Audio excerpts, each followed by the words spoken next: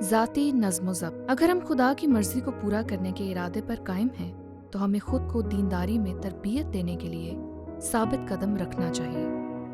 میں ذکری امیر ہوں۔ جیسے کہ ہم تموتیس کی زندگی کا مطالعہ کرتے ہیں اور وہ یقینی طور پر خدا کی مرضی کو پورا کرنے کا پابند تھا۔ ہم نے دیکھا ہے کہ اس لیے پولس رسول نے اسے افسس میں چھوڑ دیا، لیکن پولس جانتا تھا کہ وہ کمزور ہے، وہ ایک انسان تھا، اسے زبردست چیلنجز کا سامنا کرنا پڑے گا۔ اور اس طرح وہ آگے کیا کہتا ہے، میں نے اسے مرد خدا کے لیے مقاصد کا نام دیا ہے۔ اور یہ وہی ہے جو پولس رسول نے تموتیس کو لکھا، مگر اے مرد خدا، اور مجھے ایک لمحے کے لیے اس پر نظر ڈالنے دیں، تموتیس کیا تھا؟ ایک مرد خدا، اور پولس یہ مانتا ہے، لیکن اگرچہ وہ مرد خدا تھا، وہ انسان تھا، اور اسے برائی سے گھرے ہوئے بہت زیادہ چیلنج کا سامنا تھا۔ اور یوں وہ آگے کہتا ہے، مگر اے مرد خدا، تو ان باتوں سے بھاگ اور راست بازی، دینداری، ایمان، محبت، صبر اور حلم کا طالب ہو۔ ایمان کی اچھی کشتی لڑ، اور میں اسے پولس کی روحانی جنگ کہتا ہوں۔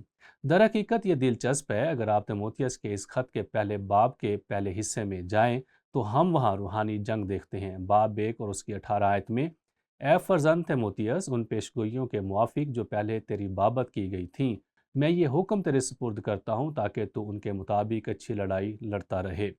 دیکھیں، پولس صرف اس بات کو دہرا رہا ہے کہ اچھی لڑائی لڑتا رہے اور ایمان اور اس نیک نیت پر قائم رہے جس کو دور کرنے کے سبب سے بعض لوگوں کے ایمان کا جہاز غرق ہو گیا۔ پولس رسول کیا کہہ رہا ہے؟ کیا ہم روحانی جنگ میں ہیں؟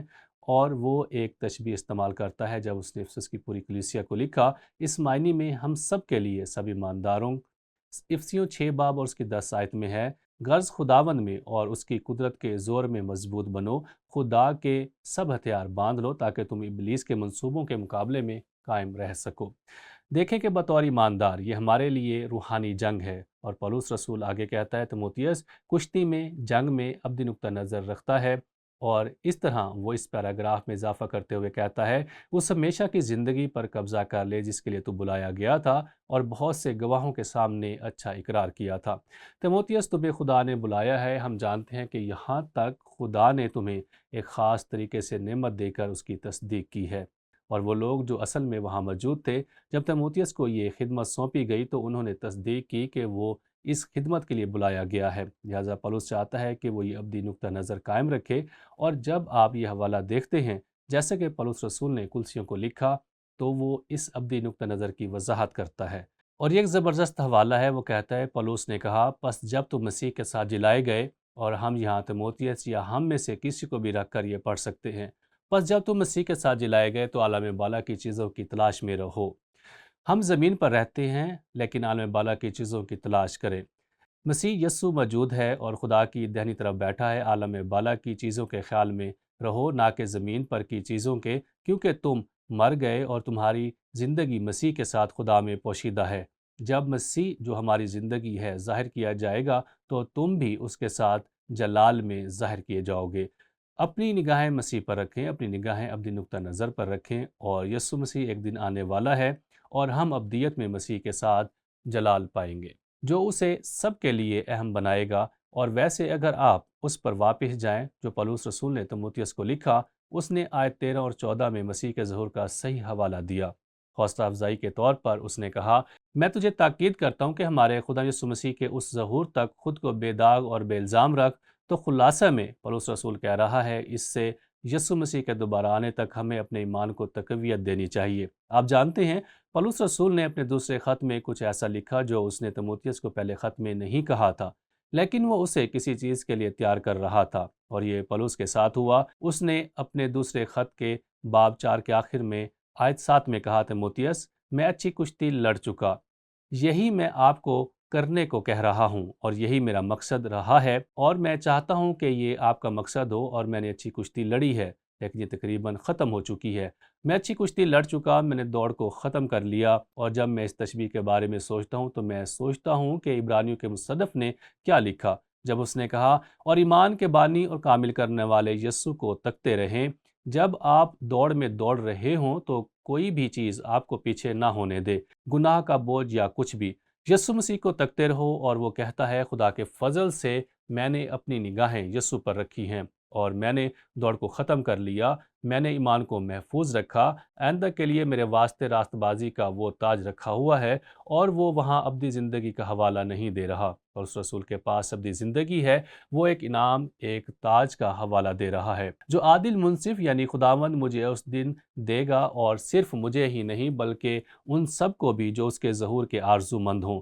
دوسرے لفظوں میں وہ کہہ رہا ہے، تimotheus اپنی نگاہیں یسوع پر رکھو، وہ کسی دن آ رہا ہے اور یہ سب کے لیے اہم ہوگا۔ یہ پولس کا پیغام ہے، اور میرے خیال میں یہ سب ایک عملی سوال کی طرف اشارہ ہے، اور وہ یہ ہے، اگرچہ ہم ایمان کے وسیلے سے فضل ہی سے نجات پاتے ہیں، تو یہ کیوں ضروری ہے کہ ابلیس کی شیطانی چالوں سے ہوشیار رہیں؟ اور جیسے کہ میں اس سوال کا جواب سوچ رہا تھا تو میں نے ایک تشبیہ کے بارے میں سوچا۔ ہم سب نے اسے انگلش میں سنا ہے کہ ابلیس ہمارے اندر ہر خرابی کی تلاش میں ہے، اور میں نے اس جملے کو آن لائن چیک کیا، ہمارے اندر خرابیاں، اور آپ جانتے ہیں کہ مجھے کیا ملا؟